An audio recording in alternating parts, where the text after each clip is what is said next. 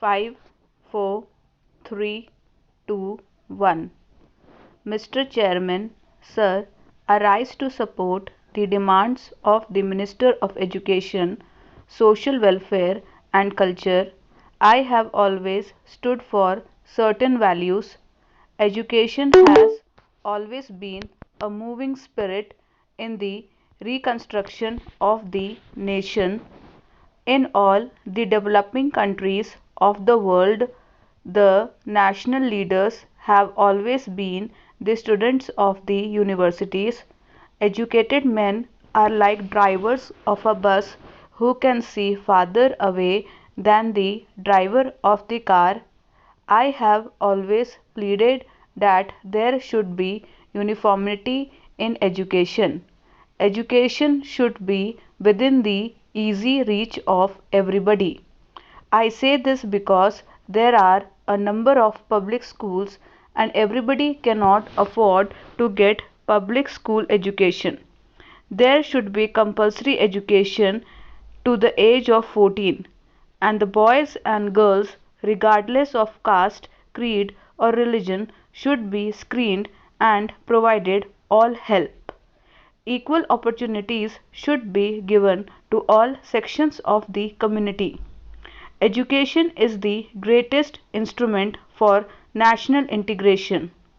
It is the greatest force behind the new education program of our Prime Minister. Educational institutions are like workshops where characters are built and minds are molded. We want men of character. Therefore, education in our school should aim at developing character. I have to point out that our country's educational system has always been governed by trial and error. We find that changes are made frequently. There should be a consistent system of education right from the primary stage. It is not just like picking up a flower from one bush and leaves from another and expecting the combination to grow into a living plant. It does not work that way. If there is no uniform standard of education, it will be difficult for students of a university in one state to get admission in a university in another state or within the same state. There is also a proposal to hold the Union Public Service Commission examinations in regional languages. I am afraid that with the present fabric of national character based on regionalism, it will be a retarding effect on our national efforts because if Tamil is supposed to be the medium of examination, then a Tamil examiner will always be interested in having the maximum intake from Tamil Nadu. Bengali will prefer Bengalis and so on. Obviously, it will mean a reduction in standards. There will be no uniformity. In the list of new education program of our Prime Minister, in which the maximum emphasis has been laid on the development of the weaker sections of the society, I would like to know the proposals of the Ministry of Education in this direction for the scheduled caste and scheduled tribes. Have they brought vocational and technical education in the underchange field of training within the easy reach of the scheduled caste and scheduled tribes?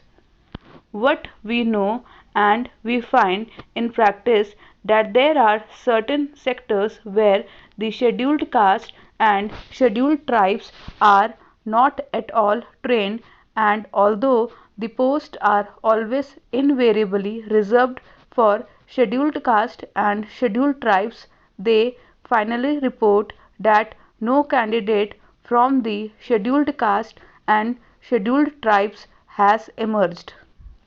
The Education Ministry therefore will have to seriously think of having training of scheduled caste and tribes, and for that matter of the weaker sections of the society and the community as a whole, in different undercharged field of training.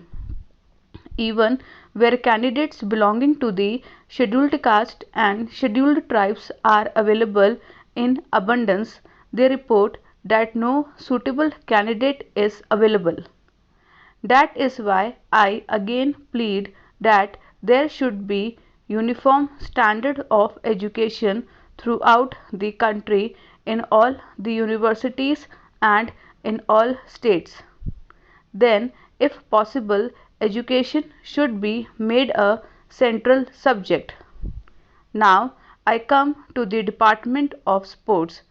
Before I deal with the subject of sports, I would like to draw the attention of the Education Minister to 2 points, one of which relates to the Ministry of Education and the other to the Department of Culture, to commemorate the memory of a great scientist of our country, the late Professor Bose, who is no more with us. An institute has been formed in Calcutta.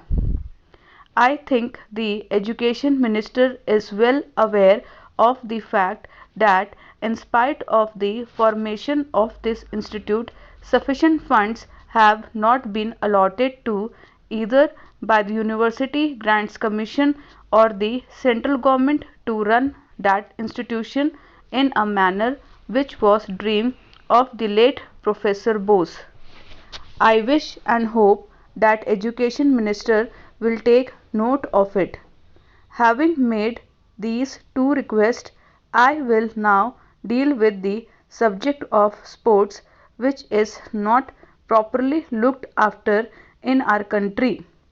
We are a country with 1/5 of the population of the world, a country which is well advanced in science, technology and electronics, a country which is under the leadership of a very able Prime Minister who is well known throughout the world.